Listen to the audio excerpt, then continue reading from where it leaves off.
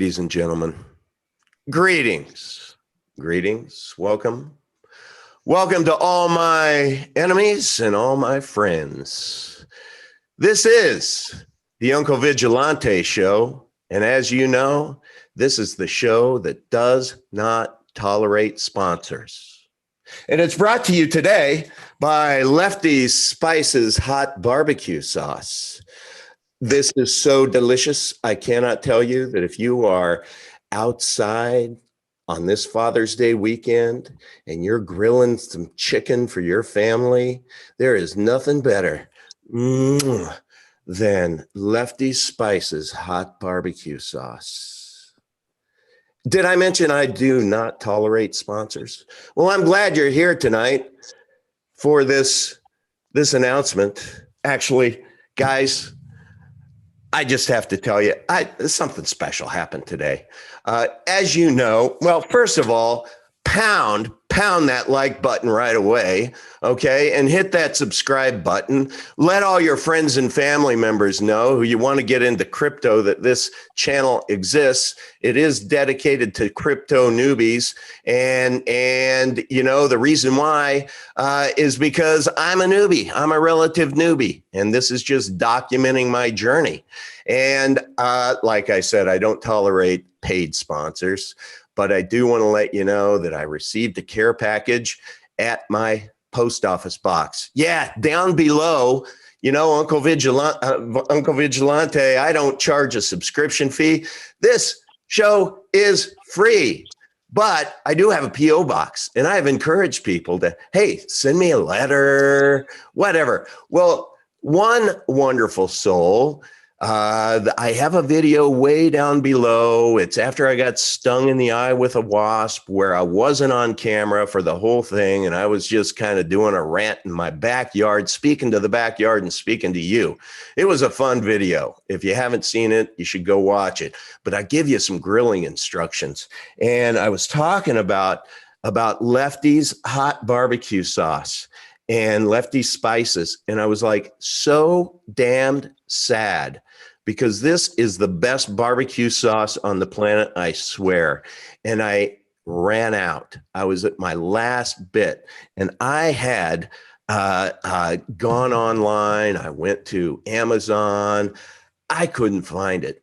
I couldn't find it anywhere. Did I mention I don't know shit? Yeah, Uncle Vigilante didn't think to actually go see if they had a website, but I couldn't find it at my local Publix. I couldn't find it. I went to a couple of different grocery stores, and I was just kind of saying how sad I was. Well, did I mention I have a P.O. box number down below? I get a call from the P.O. box people. Yeah, they call me. It's a little private post office, and they like Uncle Vigilante for some reason. And I just said, I don't know if I'll get a letter. I don't know if I'll get a package, but if I do, would you mind calling me? Because I don't want to come here and check every day. Well, I got a call. And so I went and picked it up. I got a case of this shipped to me from a wonderful woman named Karen B. And she wrote me this letter. And I just want to read it to you. Greetings from Salem, Maryland. Dear Uncle Vigilante, saw your video on grilling chicken. You mentioned you were out of Lefty's Spices, so I was able to get the hot stuff for you. Enjoy. Thanks for your crypto talks. It really helps a newbie like me. And then she said, photos of the Friendship at Pickering Wharf. The building is original. I get to walk by it every day. ARRR, Karen B. And this is what she sent. This is what she sent. Look at that. Isn't that cool, guys? I mean, I just want to say thank you, thank you, thank you with all my heart, with all my heart. So that is why, while it's not a sponsor, I went into my Lefty's Hot Spices. Okay. Now, the reason why you guys are all here, I have with me two gentlemen, two leaders from LightCash. Oh, let me look. Let me look at their chart today. Let me go to my favorite app, CoinMarketCap. What does that look like? That looks like quite a run right there. You're at 0.0490851 right now. Look at that. That kind of looks like a moon, guys, and we're going to get to the bottom of it. So that's to be celebrated. I have Justin and Dennis on the line with me. Gentlemen, you want to introduce yourselves, and please just let our family, they're not my subscribers, they're not my followers, they're my family who are in the chat. Would you please let my family know a little bit about each of you and what hats you wear? Dennis, how about you go first? Yeah, well, thanks for having us on. My pleasure. Online, I go by the moniker The Nerd 386. I like that. So anybody who's been around Telegram or Discord for any amount of time has seen me around there for sure. My role is basically kind of a jack of all trades. I kind of interface with every aspect of the project. I manage the Telegrams, the Discord, Reddit. I do some work with the developers, the PR folks such as Justin. Pretty much anything that I can do to help further the project along. Just about anything I've touched on. A little bit of help with the developers, working on some graphics, just about everything. Okay. Jack of all trades, fair to say? Yeah, I think so. Now, do you actually get your pickaxe and go mine your coins? Are you one of those? I am. I'm a miner at heart. I've been mining. Well, I've been involved with LightCash off and on for a couple of years now, and I've been mining off and on since I first discovered the project back in. Well, I guess it was not quite a couple of years, probably very late 2019. So and I started, that's how I got there, because it was a coin that I found that I wanted to mine originally. And that's, mining's kind of my shtick. Okay, I'm going to come back to that. Let's introduce Justin. And then remind me, I want to come back to the mining for a second. But Justin, how about you? Yeah. So I found LightCash a little bit later in the game. It was around, I would just say maybe just shy of a couple months ago. I saw a project that had so much potential. The technology's there, everything that goes along with it, the protocols that it enacts. I mean, everything was so beautiful with it that I couldn't help but to get involved. I reached out to Dennis, and he welcomed me with open arms, and I knew that was the project that I wanted to full-heartedly be totally involved with. The community aspect that we have is absolutely tremendous. And the support that we bounce off of each other is incredible. I come from a business background. I own two businesses myself. One is a winery business and the other is in the hemp industry. So I've been involved with a lot of taboo industries, and cryptocurrency kind of fits right in there with them, especially with the way the world's going right now. So I've been mining for a very long time myself. I've been involved with Bitcoin for quite some time. I remember the first time I sold was single digits, so that one always hurts. A lot of them.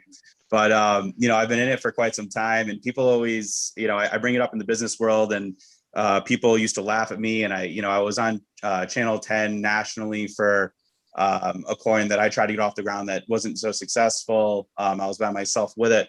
So I was just so happy to be welcomed by the LightCash community, and the fact that this is way eons beyond what I thought a cryptocurrency could actually do. So I'm happy to be here, and glad to do this interview.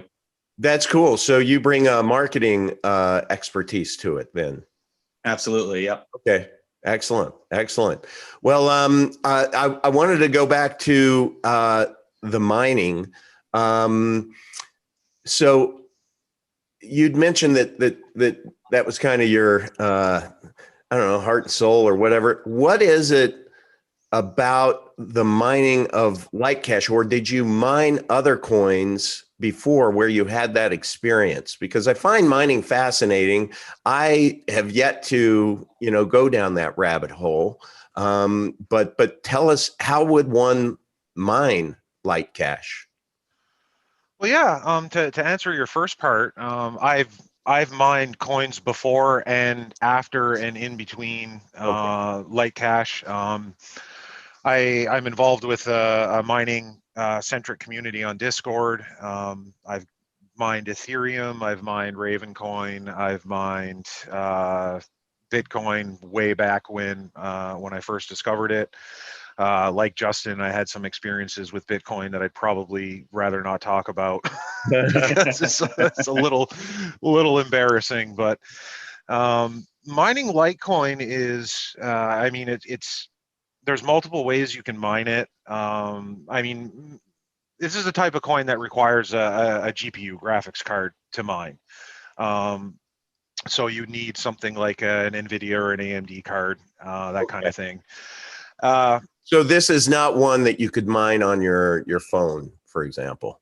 No. And I don't even know, because you know me. Yeah. I raise my hand and say, because I don't know shit. And so, I mean, are there any coins that can be mined currently on your cell phone? There are some that's something I haven't looked a whole lot into myself, but there's some that, for example, is called the Pi Network. They call it mining. I don't really know if it's mining per se, or if it's more some sort of like pseudo mining, where you're running a program and it's not really doing any calculations, but it's you're running the program for X amount of time and it's rewarding you with whatever the reward is at that point in time. I'm sure there's someone that can easily call me out on what exactly that is, but can you tell me, so where would someone go if there is someone entrepreneurial spirit who are interested in mining? Where does one go to actually investigate it and actually get involved? Is it your website?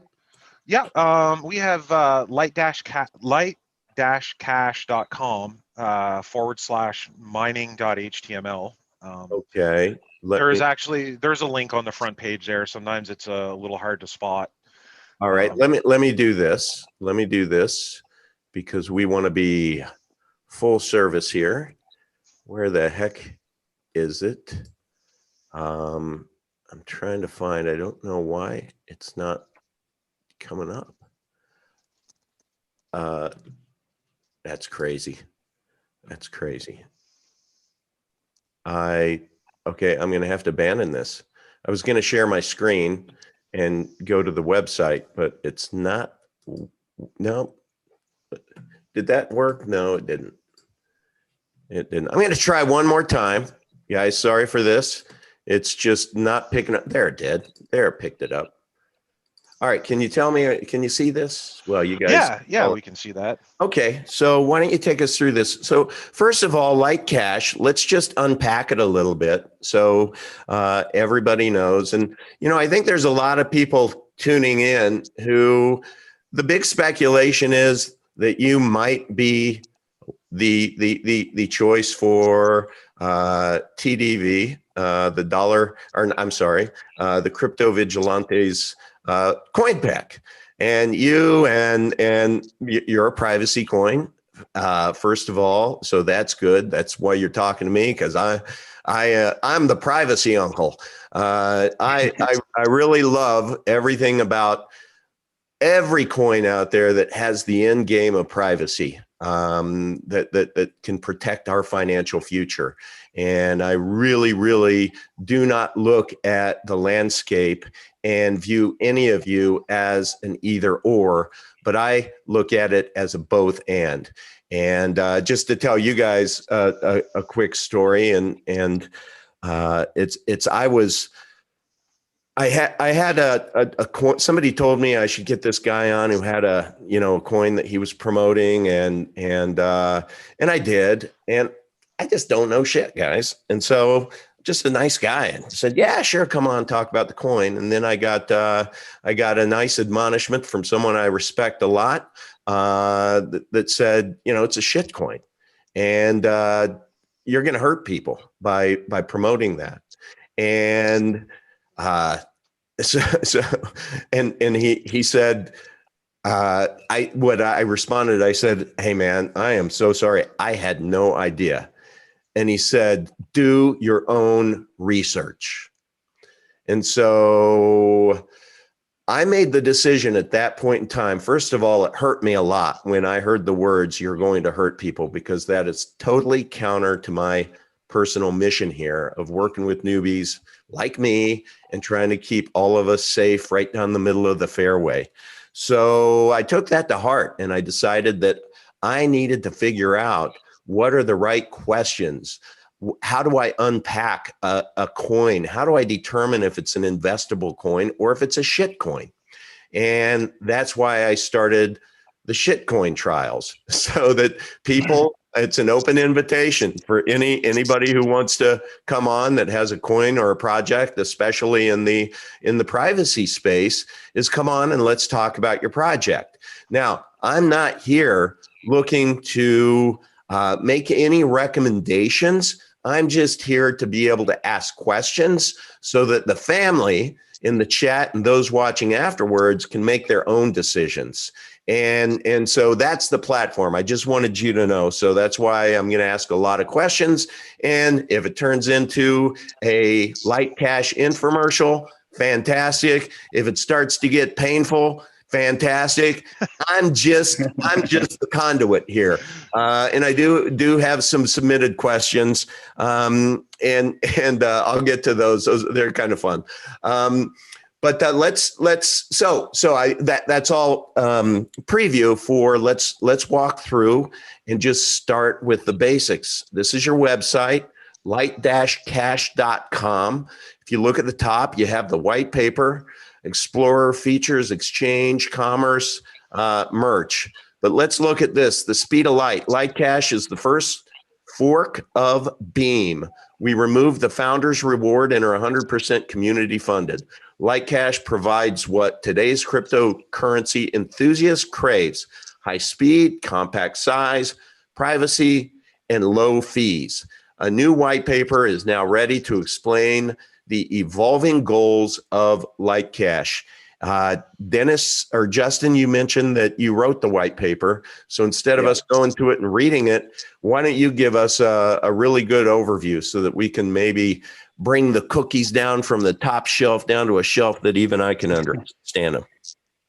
So basically, I wanted to do we had called it actually a light paper because you get really involved with a lot of white papers and they go deep in the technicals and it really confuses a lot of people. And in a growing age where we're trying to convert, not that we're trying to convert us ourselves, but the cryptocurrency community as a whole. So that's, all cryptocurrency projects, is we're trying to really show what the technology is, how it can be utilized, what to use it in. And we tried to simplify it as much as possible so that, people like you or, my entire family, for that matter, can understand what cryptocurrency is, what it's trying to solve, its utility, and all that kind of good stuff. So as you know, we're definitely decentralized. We are private. We're community driven, inflation resistant, ASIC resistant. We had a fair launch. What is a fair launch? So fair launch is that there's no pre-mine. So usually sometimes a developer, when they're creating a coin, what they'll do is they will mine it themselves.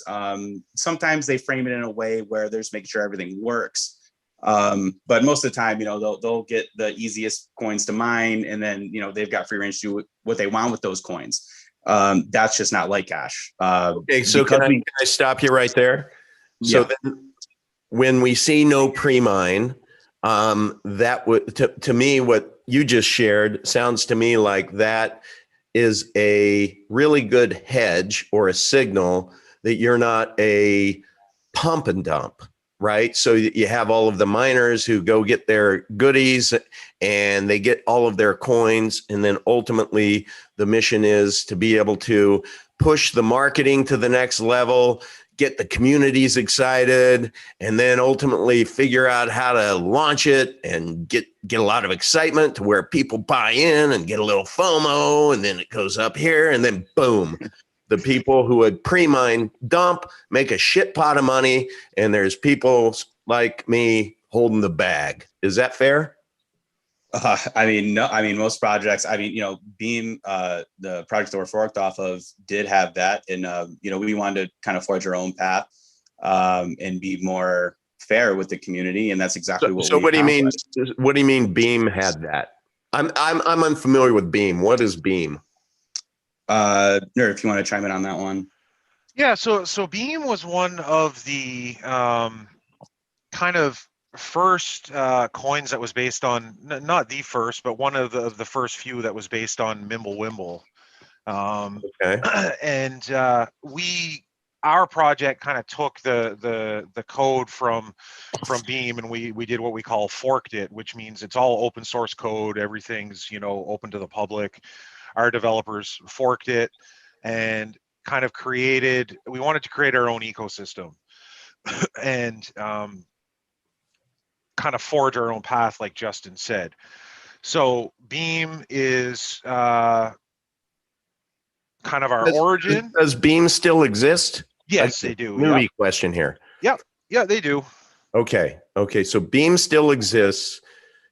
When you fork, again, I apologize before we went on air that I'm going to ask really remedial questions. So when you fork from a blockchain, what does that mean exactly? Does that mean you basically copy the code and then you start doing your own thing to it? Yeah, essentially that's what that means. So basically you take the code. It wasn't so basically the code was taken and a new blockchain was forged, where it wasn't like some coins where you see, like, for example, Ethereum versus Ethereum Classic, where you know, they have a fork in the blockchain and one continues on one side of the blockchain and the other one continues on the other side. And, you know, this was literally, we took the code, compiled it, made a new blockchain, started from scratch. But When was that? When was the fork? That would have been, the project began in March of 2019. Okay. And the main net, which is when the official launch happened, was, I believe, June 2019. Okay. And the Okay. 1st of June 2019 was when the first And block and was and mined. what was it? What was it when you forked that what was the, I guess if there's a fork, then there's usually, if you were already part of Beam, if there's a fork, there must have been, you know, I know they called Bitcoin the Bitcoin Wars, to where there was the fork off of Bitcoin with Bitcoin Cash and BSV, I believe. So was there a Beam war? I mean, what was it that, what was the motive behind, you know, forking off? Well, I mean, go ahead, Justin. Yeah. So, I mean, kind of on that front, so Bitcoin runs on the SHA-256 algorithm, right? So what happens is you have so many other coins that copy that algorithm, and they're copying the parameters of Bitcoin. But, well, they're not copying the parameters of Bitcoin, but they're changing the parameters of that initial blockchain. You know, Bitcoin Cash and Bitcoin Gold, stuff like that. Nerd, I believe those are hard forks, correct? Yeah. What's the difference between a hard fork and a soft fork? Now that the nerd can answer. Viagra? Yeah. Crypto Viagra? Yeah, I mean, I guess different people may use those terms in slightly different ways. A lot of times a hard fork is when a coin will basically, something will happen on the blockchain that will require you to upgrade to a different version of the software, like of the wallet or something, because there's a protocol change or a code update or something that needs to be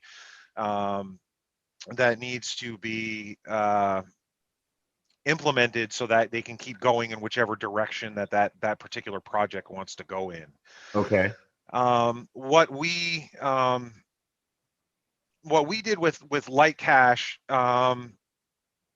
I guess, I don't know if you would really call it like a hard fork in that sense of the blockchain. It was a fork of the original, like, source code, but it was really started like it wasn't it wasn't a continuation of an existing blockchain really. It was just, we took that code, we like our developers at the time liked what they saw within the code and the technology behind it, but probably had a different vision for where. Sorry for interrupting. So you can take a blockchain and do a hard or soft fork. You fork off. All right. You can fork off, and after you fork off, you can change the rules of that blockchain. I presume you can make modifications to it, so you have the base. Now, you had mentioned earlier that what was it? Grin? Or wait, what was the blockchain? Beam. Sorry, Beam. That Beam did pre-mine. And so then you said that you guys didn't do pre-mine like they did with the original fork. So can you reconcile that? Was that kind of the part of the issue, or what? Go ahead, Justin. I mean, it plays into it because we wanted a fair community. You know, we didn't want someone to, create a pump and dump scheme. Not saying that they are. It's just sometimes coins get created and you can say they are. This is a shitcoin trial, so it sounds to me like they were. and you know what? And I don't speak for Beam, so they definitely could be, but we didn't want to be Beam. We had our own vision set in place. And we wanted to really do our own path. And honestly, I think it's got a better vision. This fascinates me. This is what I love about crypto. This is what I love about learning. So it sounds to me like there was this project, and it was Beam, and it came together, and there were developers, and there were people, community, and everything. And then it's kind of like nobody's the boss, right? Necessarily, it's kind of the community ultimately makes their decisions, and at some point in time, there becomes some agita or arguments or decisions made, whether it's on tech, do we do it this way or that way, or maybe it didn't feel right that they did all this pre-mine, and somebody came in with a conscience and said we want this to be fair for the community, or if we're going to scale this thing, we want it to be community driven. And so you then have a group of people that are either voted off the island or they decide we're getting off this island, but we're taking our toys with us or our code with us, or now to also to go back to the Beam and the pre-mine. Now they didn't do like a traditional pre-mine that you may think of where they're mining it before someone else. Just to clarify, they didn't do an ICO or a traditional pre-mine, but they had a back treasury that definitely emitted certain blocks to them for the first 5 years, which technically is a pre-mine. I mean, you're essentially delegating certain blocks that are being produced in coins that are going to the developers. So in my opinion, that's called a pre-mine. But did they actually mine it before anyone else? No, that's not the case. But it is a technical pre-mine, just to clarify that. Okay. All right. So this is probably a good time. Someone did submit the question. And again, this was just last minute. Said, last I heard, the Beam network was taken over by miners taking 51% of the hash power to double spend. If they forked the project, how do they plan to avoid that? I think that's a fair question. Yeah, I mean, there's multiple ways that you can avoid things like that.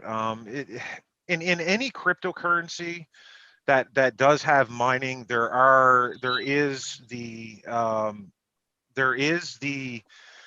possibility that that miners could launch what is called a 51% attack. Mm-hmm. And generally, how one handles that is you spread the mining capacity over various different mining pools or solo mining. So you can either mine on your own or you can mine on somebody else's website, like a mining pool. And what that does is it kind of aggregates all of the mining power and then delegates your rewards based on how many quote unquote shares that you submit to this pool. So it's like, this works well for people that don't have necessarily the mining capacity on their own to generate that what's called hash power to do the calculations and stuff in the background Okay, to mine efficiently. Dennis, can you do me a favor? This is a great teaching opportunity. Can you help us understand what hash power means? Yeah, so basically is when you're mining whichever type of coin that you can mine, there's like it's kind of like your mining speed. So your hash power is how much mining you're accomplishing. So can we I have to, Yeah. you may know this. I have to think in pictures. So if we think of a miner with an axe, Yep. the hash power is how fast he is accomplishing using his axe to dig the hole. Yeah, essentially. And so what you're doing is you're digging that hole and digging and digging and digging and digging, and all of a sudden you find a nugget. Ah, yeah, that's the mining. So you Right. find your coin. Right. So you find your coin. Now, if you're mining solo, meaning on your own, if you find that nugget, you keep the entirety of that nugget for yourself. And what good is the nugget other than the obvious? Like if you mined Bitcoin way back when and still had it, it would be worth, let's call it 40K. I don't know what it is today. I think less. But then miners also with that coin, would that be that coin or that block, or don't they make fees off of that too? I don't understand any of it. Yeah, so there's there's fees and then there's blocks. So fees are when you transfer coins, like for example, you transfer a Bitcoin from one wallet to another. There's that little portion of it that goes to the network fee. Okay. Yeah. So you lose that little bit, right? Yeah. That goes to the miners who are continually mining blocks, and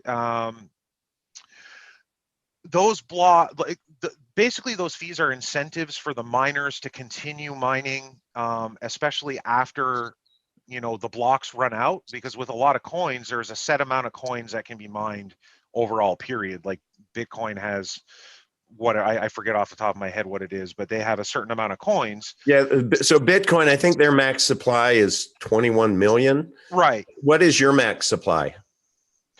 Our max supply is 722,700,000, I believe. Yeah. Okay. So more than Bitcoin. How many have already been emitted? I can tell you that in just 1 second. I can give you the up-to-date number. All right, or just give me the percentage. That would be interesting. Let's see here. I had it up on my screen. Total coins mined is 223,665,338. Okay, so 30% maybe? Ask me the one number I don't have right in front of me. No worries, man. Hey, it's all good. It's all good. Yeah. Look, we're playing horseshoes here on the Uncle Vigilante show. Do you have a trustless setup? Say that again. Sorry. Is your setup trustless? That seems to be one of the measures that, like I know, Pirate, I don't believe, has a trustless setup. I may have this wrong. I may have it opposite. I think Epic Cash does. Again, it could be opposite because you know me. Let me see. Maybe we go back to that page. Let me share the screen, and it might tell us here. Okay, so is there anything on here that says trustless setup? Block time. Your protocol is Mimblewimble, language C++, max supply. There we go, 722 million. No pre-mine, always private. Can you unpack always private? What does that mean to me? Yeah, so the privacy part of it, basically what it boils down to is there's various components to a transaction that happens on a blockchain. Like you have the sender's address, the receiving address, the amount that's being sent within, the amount of coin that's being transferred from one place to the other. But what we do to remain private is that the way the system's configured is that the transaction IDs aren't stored directly on the blockchain. Only the sender and the receiver know the unique transaction ID of that individual transaction. They do know, this is my wallet address, this is your wallet address, that kind of stuff. But the transaction ID is not recorded, so you can't you can't track down that specific transaction. And also the only the sender and the receiver know the amount of that transaction as well. So although someone may be able to go on the blockchain and say, Bob transferred something to Fred, they don't know like the specifics of that transaction ID, nor do they know how much like that transaction ID would be. Do they know Bob and Fred, or do they just know this wallet, that wallet? Right. So they don't know Bob and Fred either. One of the other security features within, or privacy features within LightCash is our addresses for transfer are kind of separate from the wallet. So your receiving address is not tied to that wallet in the sense of they expire. So our addresses are set automatically. They expire after 24 hours. Okay. So the recommended usage of this is that you use an address once, you make your transaction, and then you don't use that address again. So you can't see. Now, is that innate to the user, or does the user have to know that and say, okay, I need to use a different, I don't even know what I'm talking about.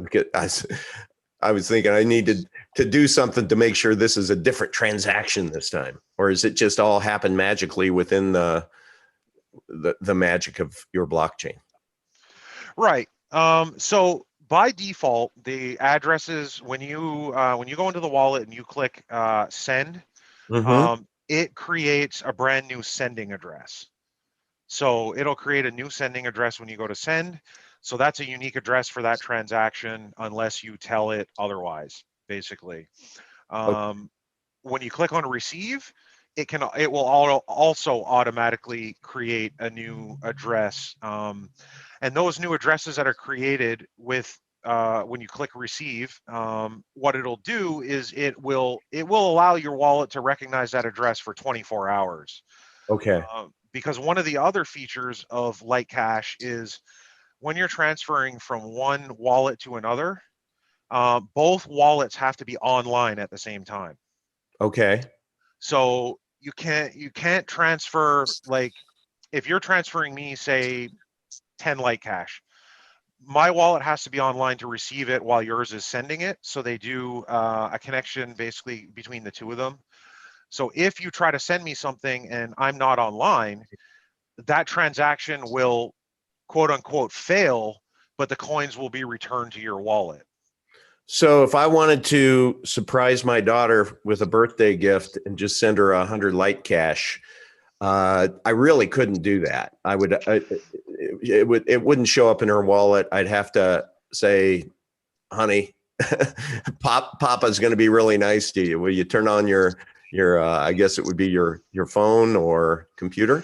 Yeah, your phone or your Android phone or your Windows or Linux computer. Okay. You can, I mean, there are people that do leave What about Mac? At the moment, we don't have, we have an older Mac wallet that is kind of not working the best for people at the moment. But one of our main developers is currently working on a new build for the Mac wallet. Okay. So we're hoping within the next 2 or 3 weeks that we should be able to release something for Mac. Yeah, from what I hear, he's pretty close. Okay. I asked this question to one of my previous guests, and I can kind of visualize this, but from what I understand, if I'm a Monero guy and I want to send my daughter, $100. It is going to leave my wallet and basically be shuffled amongst 11 different paths, soon to be, I don't know when, 108 different paths. So it's like the shuffling of cards. And then when it comes out the other end, it's like nobody's going to know, where that $100 went. So there's that kind of security or privacy. From what I understand with R, it's even a little better in that I can have the $100 in my pocket and just kind of give my daughter a little wink, wink, nudge, nudge, and poof, it appears in her pocket, and everything is transparent and invisible. Are you somewhere in between? Are you better? Are you tell me about in that analogy? How would you tell me that my $100 gets to my daughter's wallet? Well, so we have like a lot of other coins, we do have nodes on the network, right? So nodes are kind of like I'm trying to explain this. Nodes are kind of like they sit out there and they kind of handle all the different wallets connecting to them to provide a path from point A to point B. So the project ourselves, we run two main nodes that are kind of the default when you open a new wallet. This is what you connect to. And we have community members all over the place that are running nodes, so that basically the transactions pass through these nodes kind of in like a spider webby kind of thing, I guess. But in the end, basically, the way that that your coin is going to be received in the receiving wallet is by once those two wallets are aware of each other and that transaction is sent. The receiving wallet accepts the transaction and then it does its verification and then sends basically a signal back to the sending wallet and says, okay, I've received it, we're good. And we proceed on from there. And again, without having the transaction IDs and the specific amounts on the blockchain, tracking down tracking down the specific transactions and the amounts is extremely difficult. And of course, with the revolving wallet addresses, those definitely like you can't say if you're using revolving wallet addresses, you're not going to see like a whale, for example, necessarily be able to spot it like you can on Bitcoin because they're going to be using a different address each time. But you wouldn't even know how much is being transferred anyways, because the amount is not available on the blockchain. That's a direct connect between the two wallets. Okay, got it. So, so this is a question from a family member. What makes your project private, and can you prove your project is as good or better than Pirate or Monero? So, I mean, I can chime in a little bit there. I'm looking at the chart right now here. Monero has a lot of scalability issues. Let me pull it up for you. Just I want to be totally fair with this comparison. So let me go to. Why isn't this? Oh, there we. No, is that no? Yep. No, you're good. Oh, did I have it? You had it. Okay, I'm sorry. We're gonna get there. There we go. All right. So you were referencing this, I presume? Yes. Okay. So, I mean, we laid out a couple of things inside this chart here. The scalability on Monero is pretty bad, actually. They also don't have a max cap. Wait. Let's go one at a time. So when you assert scalability is bad, unpack that. Why? Because all those rig signatures, that's put on the blockchain. So as that progresses through time and more people get into that blockchain, it bogs it down tremendously, which causes transactions to be slower. And it's not like practical for an everyday use kind of cryptocurrency. So I can't read this. What is Monero's block size? This is from your site, but I can't read it. That is 3 gigabytes. Yours is 1 megabyte, and how many? And a Monero is 3 gigabytes. 3 gigabytes. That's for a transaction?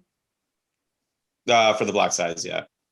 Or for the block size. Okay, so what you're telling me is that's not scalable, or how is that limited? How's the scalability limited? And again, I apologize in advance. You have to walk slowly with me. I'm trying to understand, but I don't get it.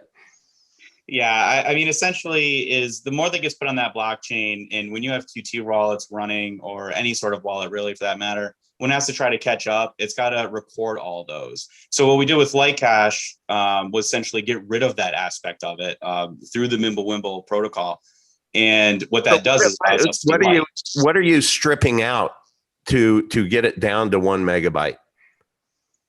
Nir, correct me if I'm wrong, but I believe that's, every single transaction we recorded on a centralized blockchain. Right. And so those block sizes are basically like they're called ring signatures, and they kind of create a larger block size, and they slow down transactions, for example. Okay, so a Monero transaction, let's say from your cell phone, would take how long versus yours? I'm not 100% sure, to be honest, on the Monero side. It's not something I have done recently, but our transaction would take literally seconds. Okay. So you would be, I mean, things can slow it down a little bit, but generally, you're looking, if I transfer something from an exchange to my wallet, I will see it show up in my wallet as receiving within 5 seconds. Usually. Okay. 5, Yeah, 10 well, seconds. for us newbies, that's good. That's good, because for us newbies, especially the first time we go through that process, we kind of shart our pants because we sent it. It's no longer there, but we sure don't see it anywhere else. And it's just that initial agita until you go through it a time or two and say, okay, just relax, go take a walk. Okay, I get it. So your max block size allows you to be faster with your transactions, and thus ultimate scalability is higher because the adoption may be higher, because you might have a retailer that says, I can't afford for 60 seconds to be able to get the money. Is that fair? Yeah, and so there's other projects out, like we'll take Electronium, for example, where the way that they did it was it had to be centralized. So what they do is all those transactions go through them, and they're willing to be kind of like a mediator. Although it's claimed as decentralized, it's not fully decentralized. So it's almost like an XRP or Ripple, or XRP coin from Ripple. And so what LightCash allows you to do is to go through that process and not have to go through a central authority by being light. So we can get that transaction speed up tremendously without having to deal with ring signatures that take absolutely a terrible amount of time. So the Monero going from 11 ring signatures to 128, is that going to complicate or make it even slower? Yes. Okay. So this is really important here, what I'm going to say, what I'm learning. This is why all of us out here need to be really, really careful in pulling out our sniper rifles and shooting at each other. I'm wanting to unite the tribes here. I look at all of these coins and I want some. I want some of all of it, just because I think diversification is good and I want to support privacy. So I think Monero, with that, with going to the 128 ring signatures, that likely does something to keep it more uber private. So it's really, really leaning to the privacy and protection part. And when you do that, you give up something, I guess, because I think privacy, the ultimate goal here for all of these coins, what differs is just decisions made within the tech build. And at each point of decision making, you can go down this path or that path. And you have to war game it out, I guess, to where if you go down this path, long term, you might give up transaction speed. Or if I go down this path, long term, I'm going to have a really fast transaction speed. And I believe that that is going to allow us to be the king of the hill, because not only we're private, we are fast as heck, and catch us if you can. Do I have that right? Yeah, I mean, so Uncle B, I mean, so to also agree with you, I absolutely love every privacy coin. I mined Monero when it first came out. It was a fork off of Bytecoin, which is doing not so much these days, but it was kind of off that CryptoNote algorithm. And I've mined it. I actually have a holding of Monero, and that goes down to the utility part of it. So if you're looking for more of a store of value, then yes, you'd probably go into Monero if you're trying to hold an absurd amount of money for X, Y, or Z reasons. But if you want to use a coin day to day, it's really hard to use Monero for that application, especially because the price is so high because of the circulating supply. So now if you take LiteCash with the higher max supply, it outdoes the supply of Pirate, or it outdoes the supply of Monero, Zcash, Dash. These are just ones in front of me, Epic Cash. Wait, you said it outdoes the supply. What? The max supply that's available to be minted. Okay, so you have more to be minted. More available. So if you're looking at utility, we're more of a transactional currency that you could use day to day, and it's lightning fast. So when a person does a job for you, let's say, let's go into the service industry, let's say, you're not waiting around awkwardly waiting for a transaction to clear. You see it immediately, and that's why people are starting to really love transacting LightCash, because there's no insecurity there. So that gives you a sense of security. Okay, cool. I wouldn't want to be like someone telling me, hey, I trust you, I sent it.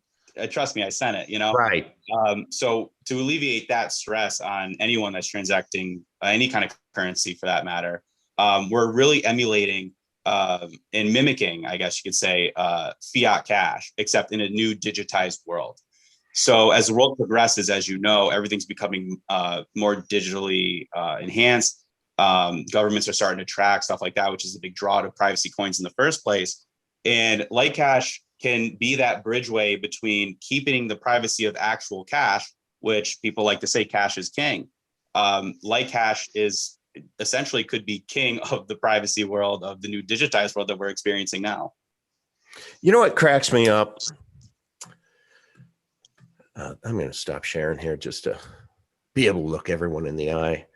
What cracks me up when you start talking about privacy in general, and about how I call them Druid Babylonian bastards, the people in charge out there, the banksters, the rulers, is with these privacy coins. It's like, they're wanting to stir it up and somehow declare them nefarious, and that the only people who would use privacy coins are going to use them illicitly, have ill intent, etc. And I was thinking that through, and I'm like, why on earth would privacy be bad? And I was thinking, I don't know about you guys, but when I go to the bathroom, I close the door. I kind of like my privacy. That doesn't make me a bad guy for closing the door. It's just, I want to be left alone. So the other thing is, I'm like, if privacy is so bad right now, why on earth, have they not been attacking fiat cash forever? Right? Because I think if, my son mows my neighbor's yard, and I don't have a son, I have 4 daughters, but I'm pretending right now, right? A lot of estrogen in my family. If my son mowed my neighbor's lawn and was paid with $100 bill, for the month, let's say. Well, it's always been kind of cool, right? I don't think that my son is obligated to call 1-900 Uncle Sam and say, I just made $100. Can you please give me your address? I need to send you $30, right? So Exactly. cash has been just fine. And then if he takes that $100 and he goes to the store and he buys mom a Mother's Day gift for that cash, it's like those transactions aren't tracked back to my neighbor who paid the $100 bill, right? But Exactly. in the blockchain technology that is what we call surveillance technology, transparent surveillance technology, like a Bitcoin blockchain, well, now if you hold a Bitcoin, maybe you've never, ever been party to buying child porn. But guess what? Through blockchain analysis, 6 jumps ago, there was child porn that was bought. And sorry, somebody's calling. Oops, sorry. And that is, and what they could do with Bitcoin then is say, hey, that $100 or that Bitcoin is tainted. And all of a sudden now you're at risk. You had nothing to do with it, but you bear the burden of the sins that have gone before you on the blockchain. And so that's the thing. That's when you look at that 21 million max supply. Well, that's not 21 million pristine, clean Bitcoin that are out there. So it's not if, but when it happens. And it just depends on how, like the PCR test, how many times they want to spin that damn thing to be able to come up with something, that looks like a boogie virus. That's probably. I mean, I understand where you're coming from. You guys get it, right? Yeah, I get it. That's why I had 6 channels last year censored by the YouTube. But so I guess my point on this is enter privacy coins to where now you're able to treat your transactions, like you've just always treated cash. Like you've always closed the door to the bathroom. It's just your business. And that's what I love about it. That's what I love about it. Nobody needs to know my business. Nobody needs to know. You know what? What if I'm that guy who my whole life, because my parents beat it into me, said, oh man, you gotta sock away $20 of every $100 and put it in between your mattress. You gotta save it for a rainy day, and you never know when you need a get out bag and you need that cash. Well, that's my business. That's nobody else's business. You're right. So it's a freedom. That's why, freedom. Amen. So that is why I'm an evangelist for privacy coins. So I applaud you guys. I mean, I think the more tech, the better. I just am trying to figure out how amongst my family, and I look at the Uncle Vigilante channel or family, is I start seeing within Telegram chats pissing matches between coins, and it all drives me nuts, by the way. We don't like that. We don't like that at all. We are not here to overtake privacy coins. Privacy coins, there always needs to be multiple privacy coins because they all serve different functions. Absolutely. And that's what I think we need to explore. Not how you're different, but better, but how you're different and why. Why did you make the decisions that you did through the development of your project? And what is the long-term benefit or gain for the users, for the coin holders? And that's why it can be both and. You mentioned Monero, great store of value. Cool. That sounds to me like a narrative that competes with Bitcoin because they throw out that store of value. And LightCash is faster. Transactions are faster just because of the decisions you made in the tech. And so that might be adopted within retail quicker. I don't know. It sure would be nice. So I just wanted to kind of interject that and applaud you for what you guys are doing. I'm glad you're another option out there, and really appreciate you being on the show. All right, I think I'm not. I appreciate being here. Yeah, no, we and I mean, if there's any questions or anything that you want clarification on the technical side of things, we can certainly go back to our developers and ask them some more pointed questions too, which might help your viewers and other people understand some of the things a little bit better maybe. Sure. But we can do that at any point. All right, well, talk to me about why the pump. That was the number one question. Why the pump? It could be through various reasons, but at the end of the day, really, you look at the LightCash protocol, and when people start actually using it and they see how easy it is to transfer, and they're like, "Wow, this is lightning fast." The product speaks for itself. When I first got involved with it, I looked at it and I was like, "Oh, LightCash, it's a cool name. Kind of gets the point across right from the get-go." And then I started using it, and I'm like, "Wow." Where do you use it? Phenomenal. Where do you use it? That's one thing that drives me nuts is everybody talks about using it. And for the life of me, I'm trying to figure out how I can spend my cryptocurrency places. And it's like, it's just not out there yet, man. I mean, I might be able to send some R holder who gets it and understands and has a treasure chest. I might be able to have a bet with him. David Weiss lost a bet to me and had to send me 5R. David, just a shout out. And so, but that's kind of about it. I can't go to Publix. I can't go to Subway and pay with any of those I don't think that are on. Right. And everything is definitely progressing. So the world, we are so young in the adoption of cryptocurrency. Mm-hmm. And, you look at like El Salvador, they just made it a legal tender. Yeah.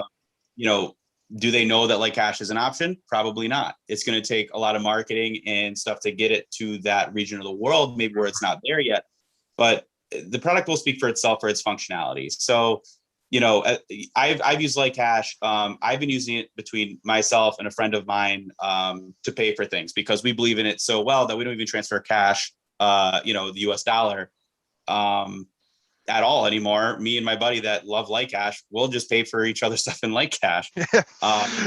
It's another bar owner of mine. So when I go buy a beer, let's say on a Saturday night, I'm paying for it in LightCash. Okay. He loves it because he loves LightCash community, and so do I. Now I'm putting my day job hat on as head of biz dev for a company.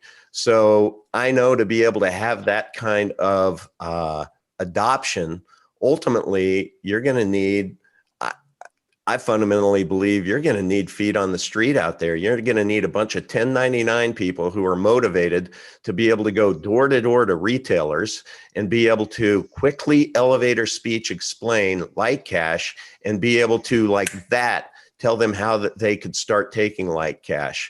And I think the first mover there amongst you privacy coin folks is probably going to be a winner for adoption. Do you guys have any kind of strategy for that? We have no structure in place for that at the moment because this has just been such a quick resurgence with the LightCash itself. So it's definitely something that's been on all of our minds. How do we really roll it out there to get that use out of it? And we're all very excited to get there. And the best part about our community is that we don't have a head at the very top. So when we're inside of our Telegram channel, people are bouncing around ideas all day long. And although that we're part of the admin sector, I guess we call ourselves the Cash Council, we're just people that are there to answer everyone's questions as soon as they have them. Mm-hmm. We're not there to actually manipulate or, run the vision. The vision is ran by the entire community. When we hear something that's in the Telegram channel, we're like, wow, that was a fantastic idea. We reach out to them and then we talk to them personally and we get it done. So is it fair then to say that and let's just use it in terms people will understand, like in the business world. So there's no real management team. I don't understand how projects work. So we're definitely a management team. We moderate all the questions that people have. But we're not like a structured company where someone, you know, the only people at the top make the decisions. We take everyone's input.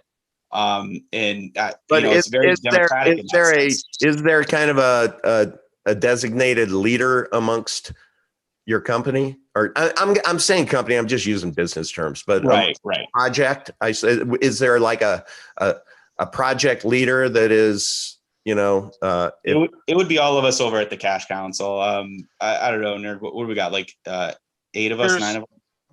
There's about 9 of us that are what we call this council, and it's literally just like, we had one guy who was in the Telegram channel who was always making memes and GIFs and all this stuff and logos. And so kind of what we do is when we see people in the community that are going that extra mile to like promote or to provide bug fixes or code, you know, we say, hey, why don't you, do you want to join us in this loosely organized group where this, and you know, some of these people help out and moderate our Telegram, some help out and moderate our Discord, our Reddit subreddit, and we all kind of do things in a group. So when there's new ideas that come up, we throw them around in this little Cash Council group, and basically we are also very open in the main Telegram channels.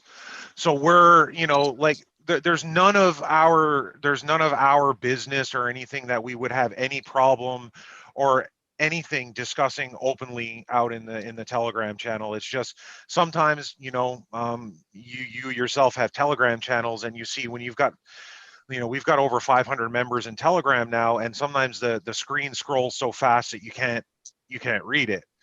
Let me ask you this, and this is really near and dear to my heart. Do you have admins? I'm sure you do, in your Telegram channel, that when the Telegram channel inevitably devolves to everyone posting memes about Bill Gates and Fauci and what I call the Druid Babylonian bastard scheme that's going on out there. Not that I'm against any of it. You know, like I said, I lost 6 channels because I talked about that stuff. But it does really bother me when I get into any kind of a channel that just, that's all it becomes. It's like, God, can we not keep crypto? Oh, we shut it down pretty quick. I mean, we're very close, and we're like, you know, cut it out. You know, this is to better our community. This is to better our project. We all want to succeed together. You know, and that goes back to the very core root of not having a pre-mine or anything of that nature. You know, you buy in, right, and you support this coin, and the motivation that you have to make it better is to do your absolute very best. And when you put 500 people, or it's definitely over 500 people, I'm just going off the Telegram number, and you put 500 people that want to succeed, that want to see a better project, everyone's working tirelessly to try to get it done. And that kind of differs us from a lot of projects. Like I said, there's no one at the very top. We'll stay in our private console. Telegram is literally just so that we don't get bogged down with other conversations that are going on. So that's something that is good. And then we always bring it up to the initial group, and we can be very transparent with that. I mean, if you want to screenshot everything we talk about, we have no issue doing that. Sure. Yeah. All right. Well, let me ask you this, because again, putting on my day job hat, our company, we have 22 portfolio companies. We're a company that makes companies. So when looking at any acquisition target, we look at their use of funds, right? They're looking for investment. What I do not get about cryptocurrency and launching these coins and these blockchains and the communities and everything is, you know, for a business, you need to have evangelists out there who are going to, whether it's conferences or just marketing, and that isn't all free. That doesn't poof. Just, you know, you're in a conference. You have to fly there. You have to stay there. You have to, you know, pay the conference fee. If you have a booth, you know, you're gonna pay out the wazoo for it. How in the heck does a project that is all community supported, and you guys are all volunteers, where do you get the money to be able to afford to, you know, spread the good word? So that kind of goes into it, and I totally understand the business side of that. As I mentioned earlier, I do own 2 businesses myself. Mhm. I've done plenty of trade shows. I've reached out to multiple listing agents and stuff like that to further my business, do more of a public scene. Mhm. And I totally agree. You need to do all those things. With the cryptocurrency world, that differs tremendously with our project specifically, because, you know, when there is something brought to the table and you get everyone on board saying, you know, yes, this is exactly what we need, people are very willing to donate. And they donate to us in cryptocurrency. Of course, usually it's just in LiteCash. We never ask for any other cryptocurrency other than that. Nor do we ask, you know, we're not telling you like, hey, donate or else this doesn't get done. But we do stuff like that. And then on top of it, we have a merch store that we just launched. Mhm. And it's gotten pretty good amount of orders out of that. And we're using those funds to also continue to do what we have to do, whether it's new exchange listings, buy hardware for, you know, as we stated earlier, creating the Mac wallet. You know, these things get done through the community. And you might think, hey, you know, yeah, everyone says, yeah, I'll donate, and they never do. Our community's been very good with donating, especially the people that have been involved for a long time. And I have no issue doing it. And that just spreads, you know, that community sense really spreads throughout. So. Okay, so this is your merch. Yeah, and like, you know, somebody was saying earlier in our Telegram that, you know, we're not real, you know, we're not a business per se. We're more of a movement where, you know, we're just a group of people coming together doing all this stuff, right? And I got involved because I enjoy doing it. No, I applaud that. I think that's cool. That's one thing I love. I love cryptocurrency and the communities, and I love the passion, and I love the tribes. You know, everybody is their own tribe and their own communities, and we get emotionally invested, especially if we take a good bit of our, you know, discretionary savings and we invest in a coin. We're rooting for it, you know. And so I get it. That I applaud it. So this is on your website. So shop.light-cash.com. And then what I want to know, which is probably most important to you guys, is how do people buy it? Do I go here to the exchange? So it's on TradeOver. Yep. Yeah. Yes. So you would send your Bitcoin. You have a Bitcoin trading pair on TradeOver. So if I got a Bitcoin on, if I'm a newbie and somebody said you need to get some LightCash, I have to figure out how to get it onto an exchange. So let's say we get it onto Coinbase, and then I could just now I have, let's say, 1 Bitcoin. I could then transfer that. I set up a TradeOver account. You have to have Authy or Authenticator for TradeOver, those of you who might consider this. And you just send it to TradeOver and find the trading pair. And then once you have your LightCash, you send it to a wallet that you've downloaded on your either a Linux, a PC, or your mobile.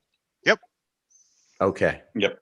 That's pretty much it. And then once you have it, then you can exchange everywhere. And look, you guys have done nicely. You've mooned recently, and so you know, let's say that that it 10x's. The way people would sell is they would just reverse the process, right? They would send their LightCash back to TradeOver, find the trading pair, convert it to Bitcoin, and then send their Bitcoin back to Coinbase before, or they'd go directly to their Exodus wallet or offline cold storage wallet. From TradeOver? Yeah. Yep. Okay. I mean, you can send the Bitcoin wherever you would like to send it from TradeOver. Right. Yep. Okay. Okay. That's so that seems pretty simple. I think that's similar to our okay. So we have the exchange. So anybody who wants to go to light-cash.com, we have commerce. What is commerce? So this guy does go back to what you were talking about earlier about where you can spend your LightCash. So what this is a plugin for WordPress, which is basically it's called WooCommerce. This is one of our community members that worked on this, and basically he was able to integrate LightCash into this WooCommerce plugin, meaning that theoretically anybody who uses WordPress on a website for a shop could theoretically take LightCash as payment. Okay. Interesting. Yeah. Unfortunately, at the moment for us, which I guess we're aware of this, but our merch vendor doesn't currently accept cryptocurrencies. But in the future, we're planning on migrating to a platform that will accept cryptocurrency and hopefully LightCash as well. What's your most popular item on here, guys? I'd say the mug, one of the mugs. That guy? Yeah, the cash cow. And that was a community member who designed that. All of those designs on those products were all contributed by various different community members, and given to us like basically donated to the project as a whole so that we could put them on merchandise to raise funds for hardware development, possibly marketing in the future, that kind of stuff. All right. So just features. I don't want to miss anything in this trial. Easy to use, Mimble Wimble. So every transaction on LightCash is supported by confidential transactions to ensure maximum privacy. It's decentralized, 100% community funded, no VCs, foundation or corporations are involved. And the reason why this is important, guys out there, as I'm understanding it, if you do have VCs, a foundation or a corporation that's involved, and you're a privacy coin, there really becomes some risk, I think. Well, let me ask you this. So you guys are kind of a team of 8 or 9. Let's just say, because this is privacy, and Druid Babylonian bastards don't like what you privacy people are doing. If you guys got arrested, what happens to the code? Well, luckily for that, the code itself again is open source. It's on GitHub. It's free for anybody to either fork. They can submit. There is a process, obviously, that if a third party, someone who's not a known developer to us. So this is on GitHub. I did that earlier. Yep. So this is it, right? Yep. Okay. So if somebody wants to contribute code, like even somebody that we're not even familiar with, we've had this happen a couple times where someone says, I want to make LightCash work on one of those single board Raspberry Pi computers. He went, made a couple of code changes, submitted what's called a pull request. Our developer went and merged those into the code. Good to go. Now, I do see that you're looking at the graph at the bottom for contributions. One of the things I would like to point out is it looks light. Right. So there, at one point in time, we had there was a kind of a different set of developers that had originally started the project. Okay. And a few months back, after having a little bit of a fair bit of a period of inactivity, a couple new developers came in and started picking things up again and started and started taking over the code base, right? Okay. Now, because the original developers that originally had kind of the passwords and the access to the original GitHub repository, weren't available to give our new developers access to it, we did what we call a fork. Now, we call this a soft fork because the project didn't change, nothing. Like, it was just basically that the person who had the keys to that code, we didn't have access to that account. So again, with the code being open source and public, anybody can take it and basically make a copy of it. So that's what we did to set up this new official LightCash.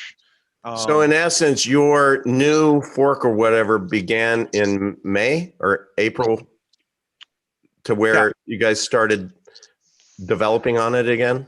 That's where, that's where the most current developers had picked up the pace again.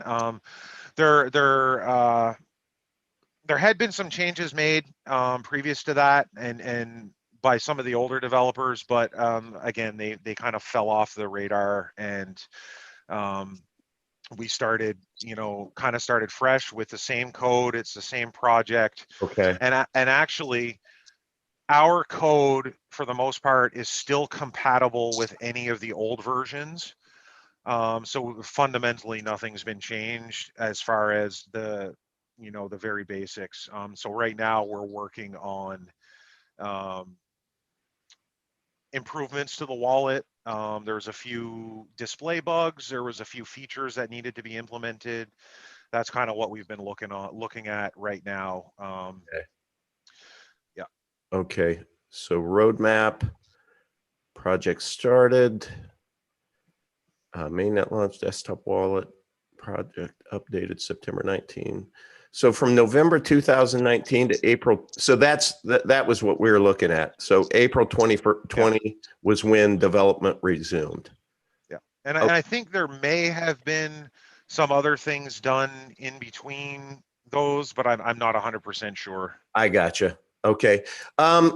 Quick question. So probably the most important, because if those of us out there are investing, we want to make sure that our investments are secure long term. Have you guys recently then, or are you planning to go through an independent third-party audit? It's not something, or I should say peer-reviewed audit. Well, the good thing is that our code is there, open to the public, that it could be peer reviewed by anybody at any time. So anybody who wants to go to GitHub, can, like, we have a bug tracker on GitHub. So if someone found something that they thought, okay, this doesn't work right, or this isn't correct, they could open an issue. Our developers would look at it, look to fix it. But at any point in time, someone can come along, look at the code, make comments, make adjustments, or just point out. Okay. So is that the same with all of you guys, which is that you're open source? Are all of these open source? I believe the core of them, I'm not 100% sure, but I believe the core technology is mostly open for them. Some cryptocurrency projects keep their mobile apps closed source. Mm-hmm. Some some open source that. We just recently re-released our Android wallet. We do have a GitHub repository for that, but that is currently not public, as our developers are going through that code, they're doing an audit themselves, I guess. Okay. Just to double check things. We don't feel like there's anything there. There's nothing malicious or anything like that. It's just, I think there is more of like a cleanup, making it look better, so that when it does get put on the public GitHub, it makes more sense, I guess. Well, I'm trying to understand this here at the bottom. So you guys created this. It's on your site. So really, if I was being objective, this is kind of, from your perspective, the ranking from least to best, right? Because you have undesirable, so scalability, undesirable, your I just want to explain, because at first I was confused by the colors, but then I saw this down here. So the blue is optimal. So it looks like you and Epic Cash are in your point of view, looks pretty similar. Pirate, a close third, it looks like. Dash, honestly, I don't know anything about Dash. I do hold some Zcash, only because when I first got involved, I subscribed to Weiss Ratings, which is a newsletter that they kind of tell you what to do.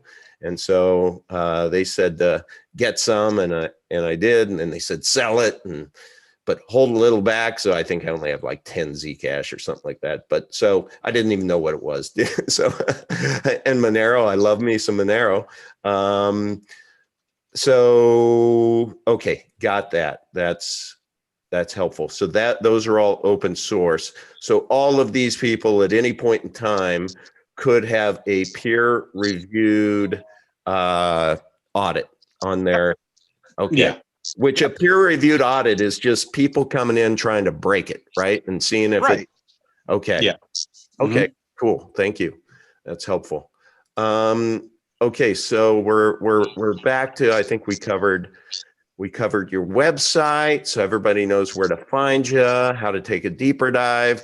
Yeah, man. So all I'm doing is I'm taking do your own research seriously, and hopefully others out there are following along and kind of starting to understand the questions. I always try to cover utility purpose. You guys did a good job there. What problem does it solve? What problem would you say it solves? So we definitely solve the issue that cryptocurrency has been facing ever since, the creation of Bitcoin.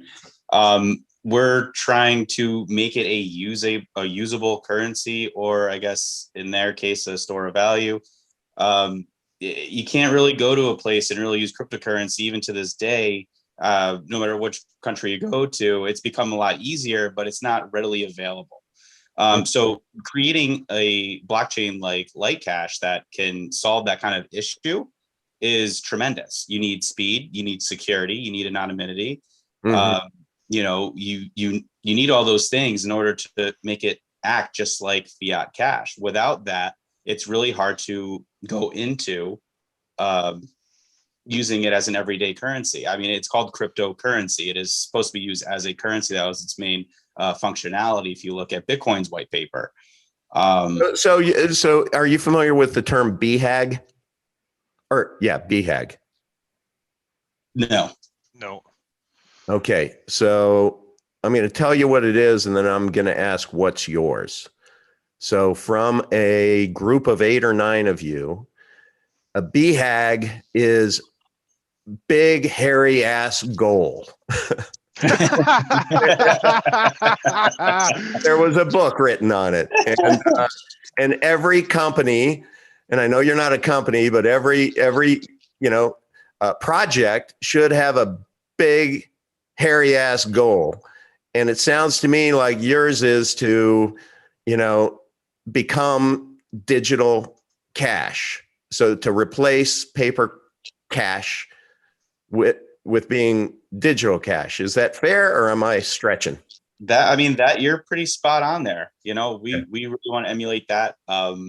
We really want that to be kind of the core here. I mean, that's exactly what our blockchain is programmed really to do.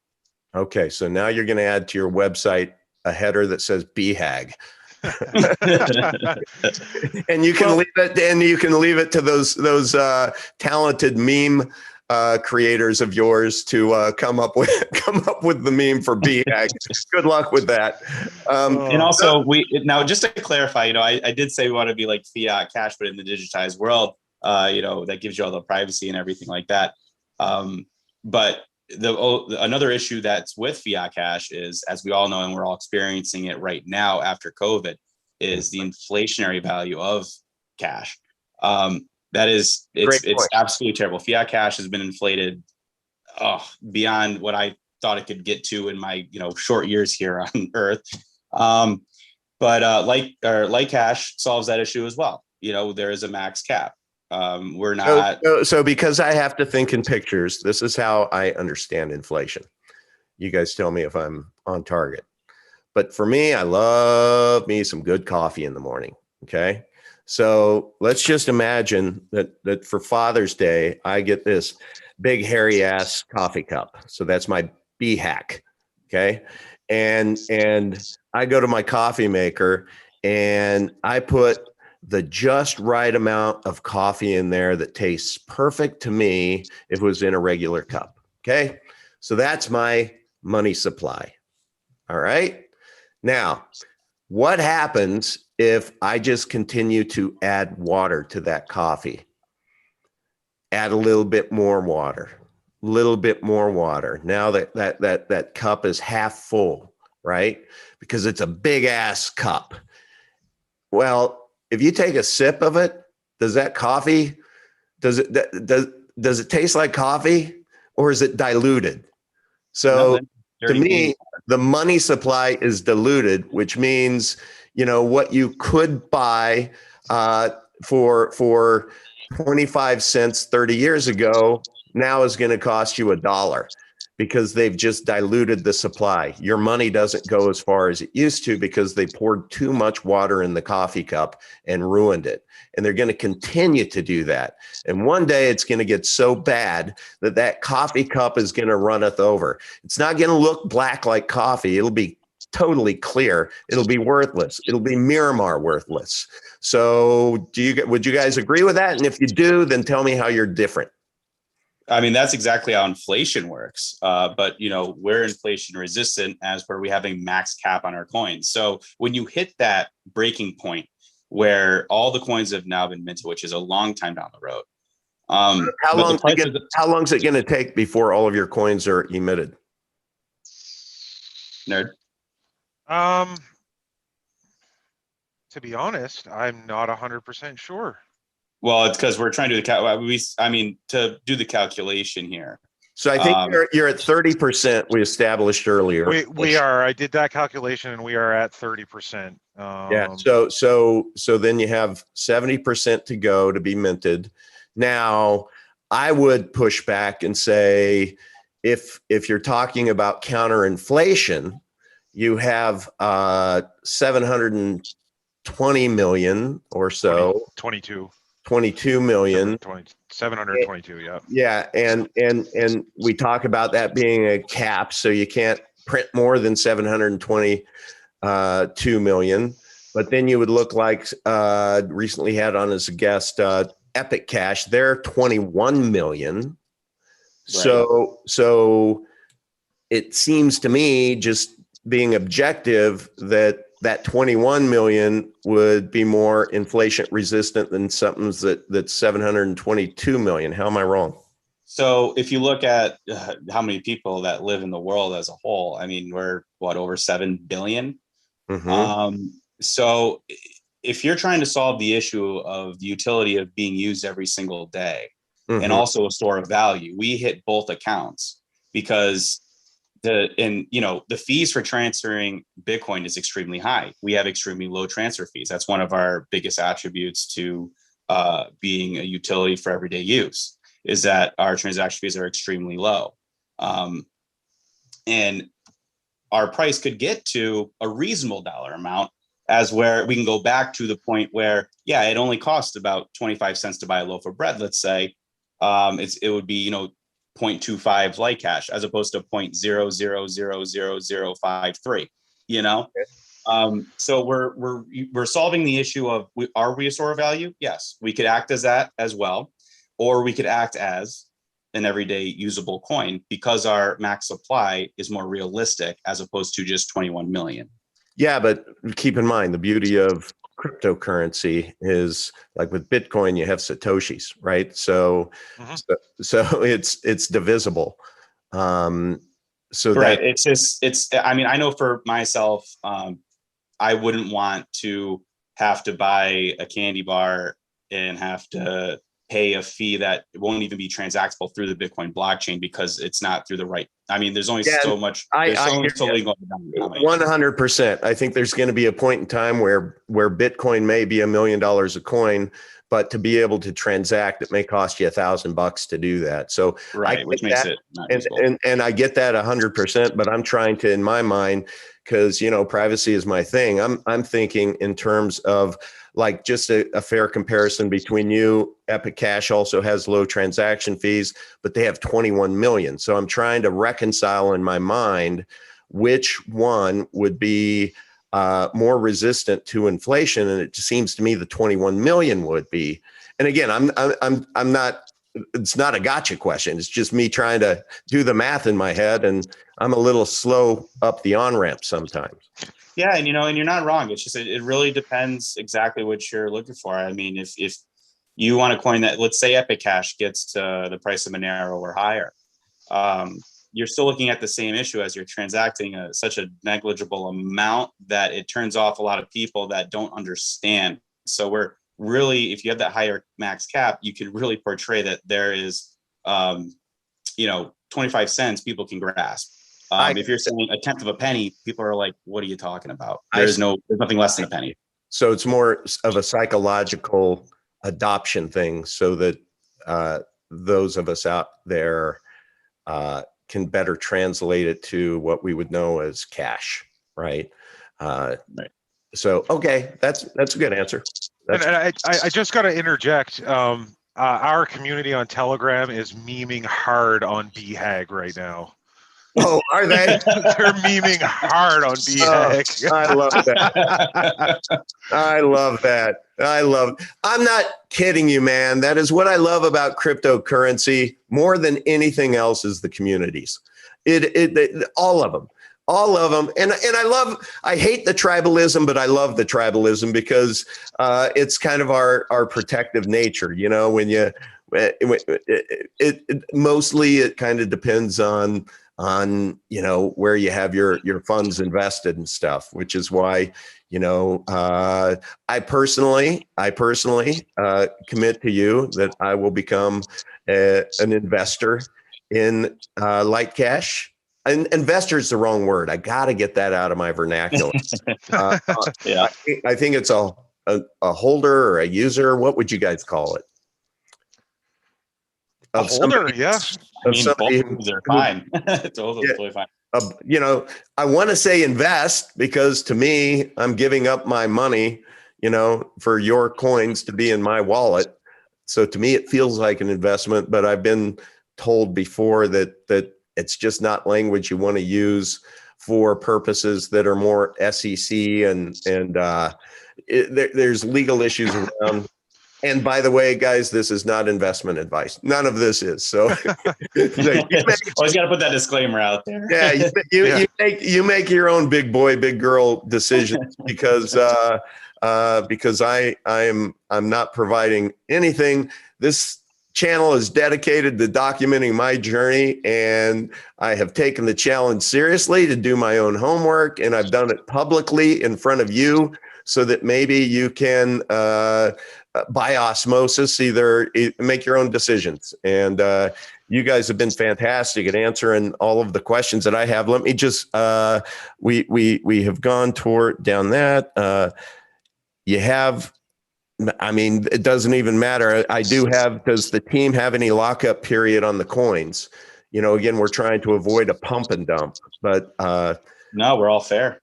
The only coins that anybody on any of the team has are the coins that we either mined or bought ourselves. Okay. And on fair open market as well. We didn't, there's no behind the door purchasing. It's all done through TradeOgre. So whatever the price is and you want to buy in, that's it. And that's how we roll there.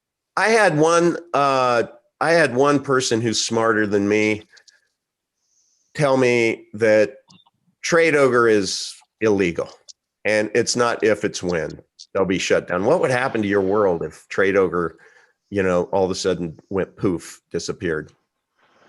Well, we have we do have the coin listed on one other exchange, Vitex, x.vite.net, which unfortunately for that, it's not for anybody in the U.S. It's not an option. They don't deal with U.S. customers.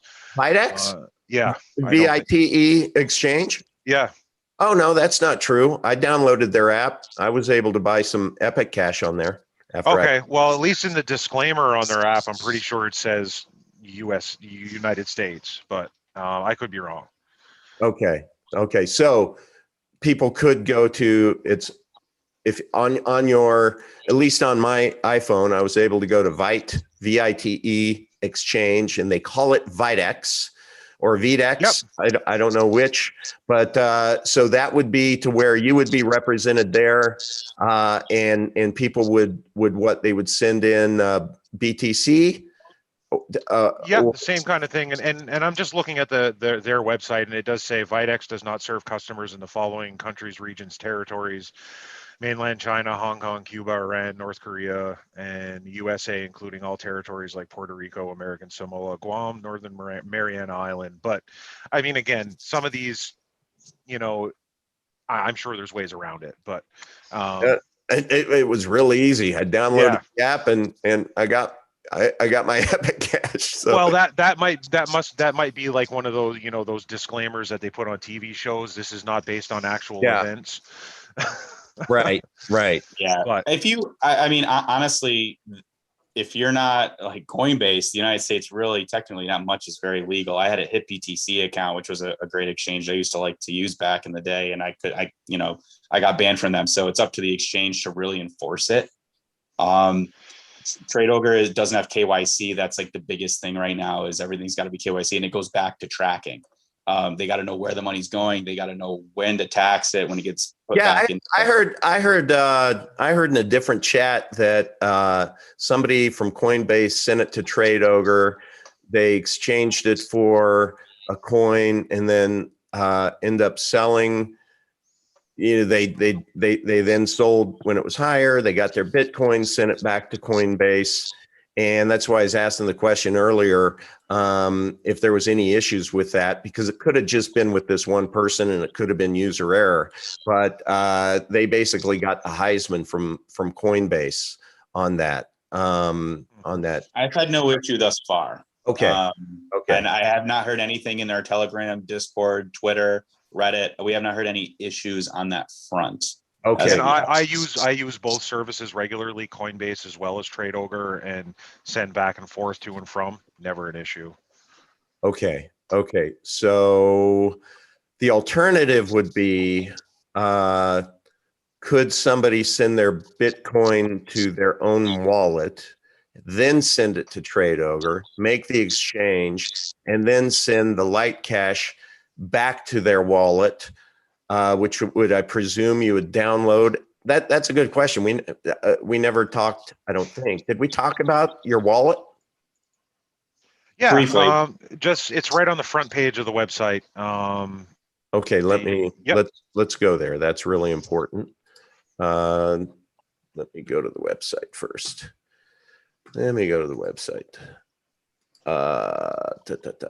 Like, that's GitHub. There you are. Let me go to the main. Okay, now let me share. All right. Well, it's not. It's doing it again. Shit. Hold on, guys. Hold on. Let me exit out of that. Now, if I screen share, there we go. Okay. Boom. So right there on the main page. Okay. Here? Yep. So if you click on the Windows one, you'll actually see that we have 3 different versions there. If you click on the windows.txt file, right there. Holy. Okay, okay, that's not what I actually thought that was. Basically, we have the command line interface version. So if you go back a page and you see the directory listing there is not ideal. But if you look at the third link, the one that says GUI in it. That is the nice pretty one that you basically download it, you unzip it, and you double click LightCash wallet.exe. Boom, you're off to the races. You create your, it pops up, it says, you know, you want to create a new wallet or restore a wallet. If you create a new wallet, it gives you your mnemonic phrase, your seed words, so that you can use it if you need to restore your wallet in the future. And then once you... Do you have anywhere on your website just any explanatory video, or do you have anything on YouTube that shows people how to do that? We This don't. is a show dedicated to newbies, and we're not that smart. I think, were you saying something, Justin? What's that? Oh, I thought you were saying something. I saw your... No. We don't have an official wallet video at this point. However, we do have a one of our community members has actually set up the official LightCash YouTube channel. And she's been working on promotional videos, and one of the things that she is going to be working on in the near future is a little bit of a how-to video for how to set up like how to run the wallet and, you know, open it. Let me give you a pro tip. If you guys are the TDV's pick, you better, I know. you better get that set up like yesterday, because everybody is like piranhas waiting for chum. I know. So you don't want to, you don't want to break that right there. Okay. And I do believe, however, there are community member videos out there, so that over the years, really, and especially recently, there are some community members that have gone on their own. So if, you know, if one searches for LightCash on YouTube, there are videos that come up. I'm not exactly sure what they all are, but there are some that kind of show the wallet and how it works. Nothing on the official, like Justin mentioned earlier. Things have kind of been crazy for us in the last little bit, and so we definitely know that's something that we do have to work on, especially with all the newbies coming. So let me ask you this: how about for a Mac? That's just a question. I'm just looking at some of the questions in that. So we've established you don't have it. It's not compatible with the Mac or an iPhone, right? Right. So right now, I did mention earlier, there are some people that have an old version of the Mac wallet that unfortunately hasn't been rebuilt for the newer versions of Mac OS. But one of our developers is actively working on that. I was actually discussing it with him on Discord this morning. Okay. Hey, I'm gonna talk to the person in the chat whose name is Anyword.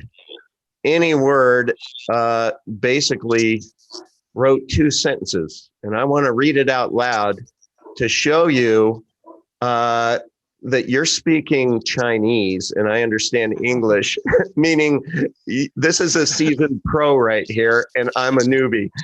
So Anyword says, LightCash needs to make their wallet available on Linux as a .deb file, easier to install on Linux, Ubuntu, and Debian, Linux Mint. I have no idea what the hell that was, but explicit. But Anyword, I love you, man. Thank you for being here. You're raising the IQ. And actually, to answer Anyword's question, on our website we do have the DEB packages for Ubuntu 20.04 and 18.04. So, and it's also our developer, and I'm guessing that your viewer will understand this, but if you click on the Linux link on the front page, it brings you to 2 different Ubuntu versions, and basically our developer has set it up so that he can add a repository if he wants to his Linux and install it from there, or he can download the deb file directly from from there. Also have somebody say when you guys have time, they'd love a video learning how to mine LightCash. So I think that's a reasonable request. Yep.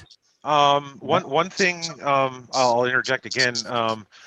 We are working on a blog. So we're going to be setting up like a WordPress blog that's going to contain like it will contain, we will link to our videos, but we'll also have some kind of step-by-step tutorials on how to do certain things.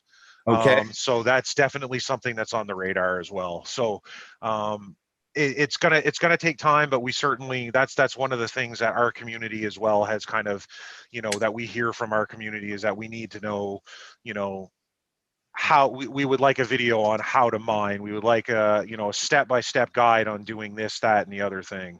Okay. So yeah, we're definitely going to be working on that kind of stuff. All right. Are you familiar with BPSAA? BPSAA. BHAG? No. Another one. This is not a tricky Uncle Vigilante question. BPSAA is it is basically it's the it's the consortium of Blockchain Privacy, Security, and Adoption Alliance. Yeah, thank you. Yeah. I got it. Can you say that out loud again? It is the Blockchain Privacy, Security, and Adoption Alliance. Okay, is that something you guys would apply to? Oh, absolutely. I mean, we would have no issue. We haven't really looked into it too much. Being a privacy coin, we try not to do too much with that side of it, I guess you could say, but definitely something we can look into. Okay. Yeah, I would encourage that.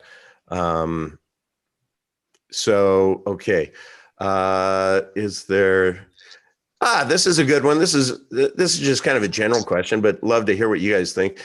Is there truth to the Tether guy being the next Bernie Madoff? Looks pretty dismal. FUD or real concern? That's kind of a fun question. Thank you, Anissa. I like that name too. Like the Project Tether? Yeah. Is that just Bernie 8.0? That's open for discussion, I guess. That's USDT, correct? Yeah, Tether? that's USDT. My vote is yes. I think it's essentially backed by nothing. I never used Tether. I guess for anything really, but exchange your name because it emulates. Nobody should use Tether. Go go USDC. Don't use Tether, everyone. Just not recommended by me. trust me on that. People smarter than me explained it to me. I would be happy to explain it to you if I was as smart as him, but I'm not. So I wouldn't touch it. Yeah. Good morning, gentlemen. Good morning. It's good evening over here. So good morning over to where you are. That's kind of cool. So what's your price target for LightCash by the end of 2021? So that is something that you really can't legally say or discuss, I guess. Okay. But what I would like it personally, I guess on my own accord, I would love it between the 1 to 10 range, USD. I think that's very reasonable when you're talking about a utility use as what we're going for, in my opinion. And with the price right now, I think it's definitely doable with our max supply. I mean, all the parameters are there economically to make that work. I would definitely, me personally, I would like to see it in that 1 to 10 range. Okay, so just so that we're clear, it's 3.9 cents right now. It's 4 cents right now, 4.1 cents. Yes. So you think by the end of 2021, and I know this is not, this is you just offering your opinion, that you would be looking for $1 to $10, not 1 to 10 cents. Sorry to clarify that, but right. I'm sorry, you cut out there. Say that one more time. Yeah. So I just want to be clear. So it's 4 cents. So when you were saying between 1 and 10, you're not meaning cents, you're meaning dollars, right? Oh, dollars. Oh no, definitely dollars. Okay. Yep. I figured that out. Definitely dollars. But it looks like you guys are only up 54% today. So, and it looks like your trading volume is going up. So you guys are doing something right, guys. So, that would be very meaningful for people's portfolios. If indeed you went from 4 cents to $1, man. Good on you. Good luck to that on that. Sky's the limit, I guess. and only the community is going to take us there, right? So yeah, that's right. So I hope I've been fair in my grilling you. Is there any question that I haven't asked that I should have asked that you'd like me to present? No, I think your questioning was very good, and I was very happy to answer all those questions that you brought up. You guys did great. You guys did great. I enjoyed my time here, and like I said earlier, if there's any clarification that you want for your viewers on any of the tech or anything like that, we're willing to bring it to our devs. I know you've been in contact with Justin directly on Telegram. Shoot him a message. Where can people find you on Telegram? And I know I can let him cheat. You can go to what is it? What's the website? LightCash.com. Yeah, LightCash.com, and then you can go to which header it shoot. I should just just go to it. Is it under white paper or no? I'm trying to find out where they can see, or was it at the bottom of the first page to where they can find you? Yeah, it's all the way at the bottom of light-cash.com. Join our community. So you have their Discord, Telegram, Reddit, and Twitter. So it's all there. You guys are active in all of them. And that's where you can find them. So cool.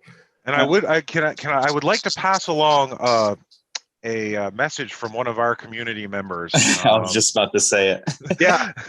The shark wants me to tell you he donated to our community fund in your name.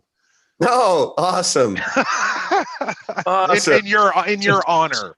Not your name, great. In your honor. In my honor. That's awesome. Well, I appreciate the shark for doing that. That's awesome. I can't wait to see these big hairy ass goals memes. So you have to choose what you think is the best. You and the community choose the best and then send it to me and I'll show that on a future show. How about that? We will. That sounds awesome. Yeah. Get some competitive juices flowing over there. I want something we can all be proud of. The big ass hairy goal. All right, guys. Well, you've been great. I really appreciate you. Hey, everyone in the chat. Love you. And thank you for joining us. We had a lot of viewers tonight. So, I anticipate we'll have a lot more after this renders. One thing that just drives me nuts with YouTube is that once I hit end, the only way people can go watch it is you have to go to my main Uncle Vigilante page and then click on videos. And then you can find this video. So if you didn't make it live, and in the future, you should know this, if I live stream, it just takes like not quite a day, but certainly it seems like 18 hours for it to render before I can go in and actually add my description and links and all of that good business. But I will do that. And I will link, guys, in my show notes description. I'll link to your site and explain that they can go find you, your other communities. And man, good job. Really appreciate you. Yes, and thanks I really want to say that I think Nerd and I both really appreciate the opportunity to speak with you about our project. It's been quite the pleasure. Excellent. Well, good job to all, and good luck, man. I really, I'm going to be a coin holder, and I will be, keeping track of this, watching it very closely. So please, good luck. Go kick some ass. Thank you very much. We will. Good luck with your ventures.